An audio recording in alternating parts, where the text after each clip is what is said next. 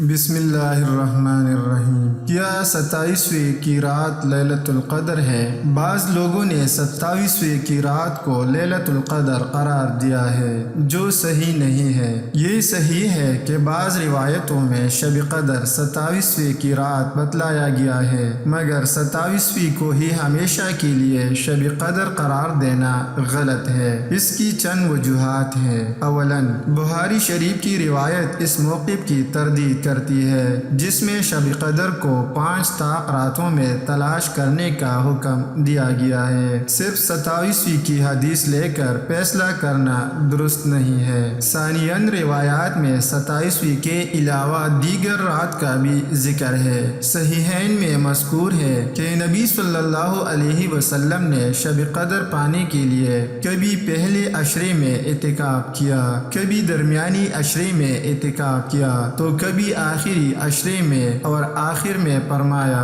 مجھے وہ رات دکھائی گئی تھی مگر پھر بلا دیا گیا، لہٰذا اب تم اسے رمضان کی آخری طاق راتوں میں تلاش کرو۔ ایک روایت میں ہے جس کو شب قدر کی تلاش کرنی ہو وہ آخری 7 راتوں میں تلاش کرے۔ ان کے علاوہ کسی روایت میں 21 کا ذکر ہے، کسی میں 23 کا ذکر ہے، کسی میں 25 کا ذکر ہے تو کسی میں 29 کا ذکر ہے۔ ان ساری روایات کو سامنے رکھتے ہوئے عشر اخیر کے اندر وسعت پائی جاتی ہے۔ ان میں سبع اخیر اور دیگر ساری روایات داخل ہے۔ اس وجہ سے شب قدر آخری عشرے کی کوئی طاق رات ہے۔ یہی موقف اکثر اہل علم کا ہے۔ جہاں تک 27 کا مسئلہ ہے تو کسی سال 27 کی رات قدر کی رات ہوگی، جیسا کہ کبھی 21، کبھی 23، کبھی 25 تو کبھی 29 رہی۔ اس کی وجہ یہ ہے کہ یہ رات ہر سال آخری عشرے کے 5 طاق راتوں میں سے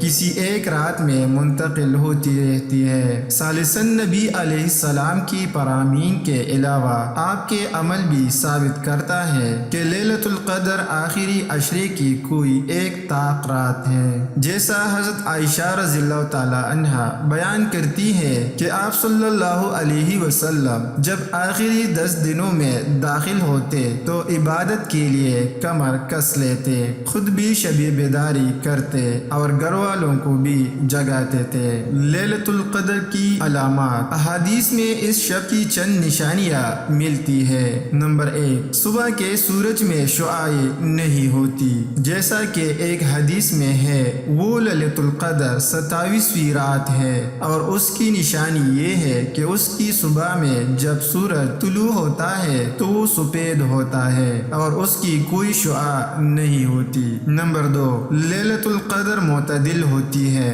قدر کی رات نرمی والی معتدل ہے، نہ گرم نہ ٹھنڈی۔ اس رات کی صبح سورج کی روشنی کمزور اور سرخی مائل ہوتی ہے۔ نمبر 3، کبھی بارش بھی ہو سکتی ہے، جیسا کہ ایک حدیث میں نبی صلی اللہ علیہ وسلم کا فرمان ہے میں نے خواب میں اپنے آپ کو دیکھا کہ اس رات مٹی اور پانی کیچڑ میں سجدہ کر رہا ہوں۔ علامات سے متعلق لوگوں میں غلط باتیں مشہور ہیں، مثلا اس رات کتے نہیں بھونکتے، گدے کم بولتے ہیں، سمندر کا کھارا پانی بھی میٹھا ہوتا ہے، درخت زمین کو سجدہ کرتی ہے پھر اپنی جگہ لوٹ جاتے ہیں، ہر جگہ روشنی ہی روشنی ہوتی ہے، اس دن شیطان سورج کے ساتھ نہیں نکل سکتا، وغیرہ۔